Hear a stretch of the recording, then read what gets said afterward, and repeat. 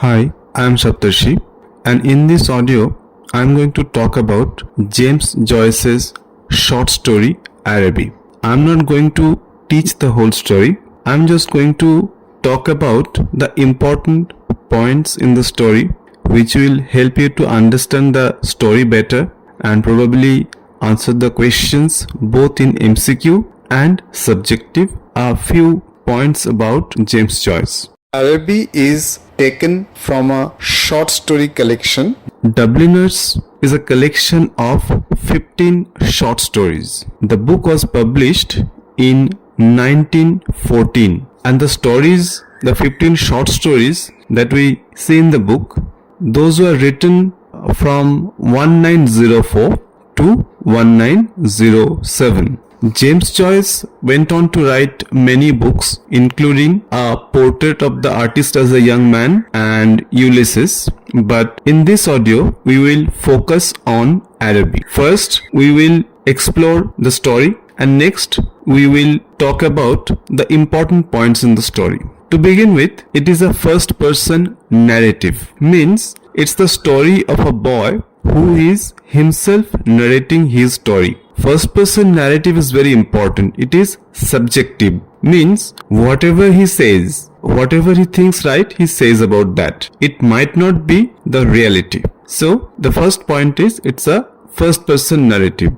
What is the name of the narrator? It is unnamed narrator. There is no name. Setting North Richmond Street. It's a place in Dublin, and the boy, we don't get any idea of his parents because he never talks about them, but he lives in a house with his uncle and aunt, and he gives a description of the house, and which somehow gives me the impression that they do not belong to a very wealthy background. And he says that there are many old things and furniture, and there was some priest who died in the house, and he comes across 3 books in that room, and I give you the name of the book. The name is The Abbot by Walter Scott, The Devout Communicant, and The Memoirs of Viduko. And out of the 3 books, he says that I like this Memoirs of Viduko because its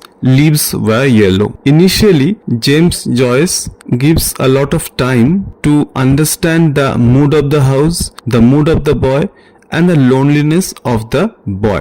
He takes almost 1 page to establish this. And then comes the heroine of the story. Who is the heroine of the story? Mangan's sister. Is this the name? Sorry, there is no name of the girl mentioned here. She is only known as Mangan's sister. There is a certain guy called Mangan who is a neighbor of the boy, and the sister of Mangan. She is the object of infatuation of this boy. He is completely obsessed with this girl. Now, it might be a story of teenage romance, and you must have come across such feelings, such stories in your real life as well. But there is a problem. It is true the boy has huge interest in Mangan's sister. But this boy, he is brought up in a strict Catholic family. So he has his religious feelings and his sexual feelings alongside. So he is afraid to reveal his sexual desire for the girl. But he talks about the reflection of her petticoat. He talks about her open bare shoulder, and these things, Joyce gives you enough idea, enough hints that the boy has sexual interest in that girl. But this narrator, he is never going to accept this. He says that he idolizes the woman, he treats the woman as a goddess and things like that. As I told you in the beginning, that there is a fun in reading the first person narrative story, because in this story the narrator is trying to give us an idea that he has a very different kind of affection for this girl. But we readers, we are wise enough to understand that it has sexual desire. Maybe the feelings are great, but it has also sexual desire in them. Things go on like that, and there is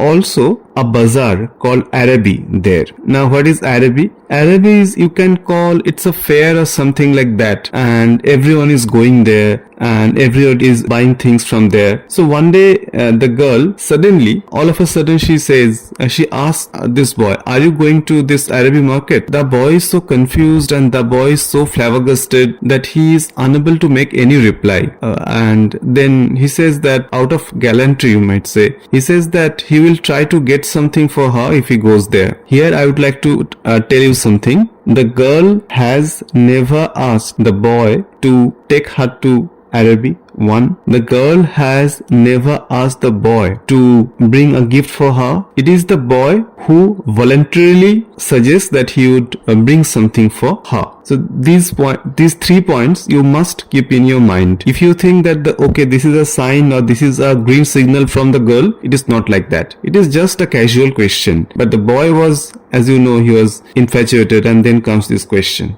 And why can't the girl go? Because she has to attend some retreat. Retreat is a kind of a religious ritual for the Christians. Anyway, the boy is super excited because after all he is going to do something for the girl he so much admires, and he is unable to focus on his studies. The everyday work is becoming boring to him. He thinks that why are people so noisy in the market? Why is the aunt so boring? He says that he is in love and things are so different for him. But the day when he was supposed to visit Araby, so it was a Saturday, he tells his uncle that I would like to visit Araby in the evening. His uncle agrees and he says that he will come back and take the boy. But unfortunately, the day slowly heads towards an anticlimax. Why? Because the uncle is late. He doesn't seem to come. The boy is waiting and waiting. The uncle is not there. And there is a certain woman called Mrs. Mercer. She is a pawnbroker's wife. Her husband died. She has come and she is gossiping and gossiping. She is not leaving. The boy is thoroughly bored and he says, when will he go? Finally, the uncle comes, but he is completely drunk and he starts singing a song. And the uncle doesn't seem to be in a position to take the boy to Araby. Rather, he says that, do you know this the Arab's farewell to his steed, this song or poem? Somehow the aunt is a bit sympathetic. The uncle gives the boy some florin. Florin is a kind of coin, and the boy goes. But it is already too late. The boy takes the train, reaches Araby, and when he reaches Araby, almost most of the stalls, they are closed. Only 1-2 shops are left, and in one of those shops, one girl is there. She is chatting with 2 sales boys, the sales girl and the sales girl. They are chatting. The girl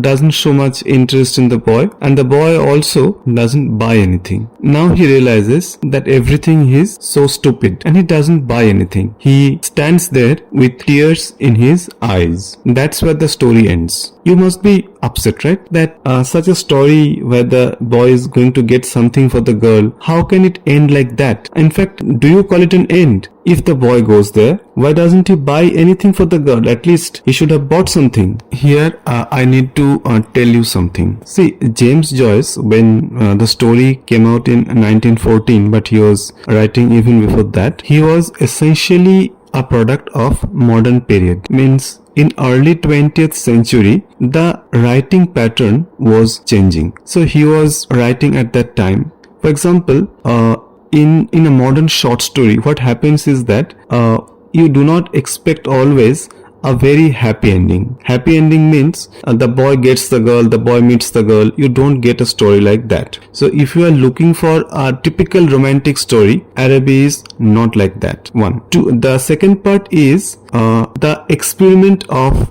James Joyce. If you Google it, or the professors will tell you that Joyce was basically known for his 2 techniques. One is stream of consciousness, another is epiphany. What is stream of consciousness? Stream of consciousness is, what is stream? Stream is a flow. You write as you think. You don't filter your thoughts. You don't distinguish between the past and the present. You think less about the punctuation marks or paragraph breaks. You just go on writing. That is stream of consciousness for you. Now, let me tell you clearly, James Joyce was of course known for his stream of consciousness technique. But this story is definitely not one of them, because here the boy is very conscious of what the reader is thinking about him. And the second is more important for this story. The second is Epiphany. Epiphany, there might be different meanings, different definitions. But to put it very simply, Epiphany is realization. Realization means, imagine the truth was right before your eyes, but you never bothered to realize it. That is Epiphany. It is also like an eye-opener, means you are unable to see something, nobody was able to convince you, and you suddenly realize the truth. That is Epiphany. And that is something which happens to the boy at the end of the story. Why? Because if you read the story, that you will find out that the boy, he has got no hint that the girl likes him. Still, he goes on building castles in the air. So it is a kind of stupid thing to do. This is one epiphany he realizes. Second, he thinks that Araby is a dreamland. It is an oriental place. It is a place where things from the east will be sold. You can buy whatever you want. But the truth is, Araby is a market and people go there to earn money and make money. He understands the world is all about money and commerce, and probably love, friendship, feelings, these things do not have much value in such a world. If you ask me, I'll say that he understands his position in the scheme of things, and he realizes how stupid he is and how absurd his expectation is. That is Epiphany for the boy. In fact, you can also say it's a coming of age tale, means where he realizes the folly, the illusion of falling in love. Although James Joyce doesn't make it very clear, the story also has religious tension in it. For example, when this boy, he says that he wants to visit Araby, his aunt wants to know that, are you sure that it is not something to do with the Freemason? Now, Freemason what? Freemason is an organization. It was viewed as an anti-Catholic, Protestant-dominated organization. So the aunt is worried about that. And whatever the boy thinks or believes is shaped a lot by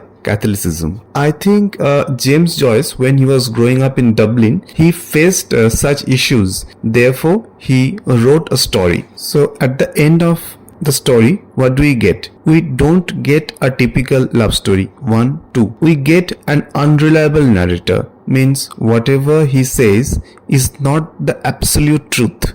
The reader has to realize what the truth is. 3. We do not get a conventional happy ending. 4. The story is less about physical action. Much of the story happens in the boy's imagination and the boy's speculation. What might be the questions from the story for the university exams? One is people often treat the story as a modern short story. So the teachers might ask you to write a note on Araby as a modern short story. 1. 2. Write a note on the title Araby. 3. The concept of epiphany as explored in the story. 4. Probably not that important, the symbols explored in the story.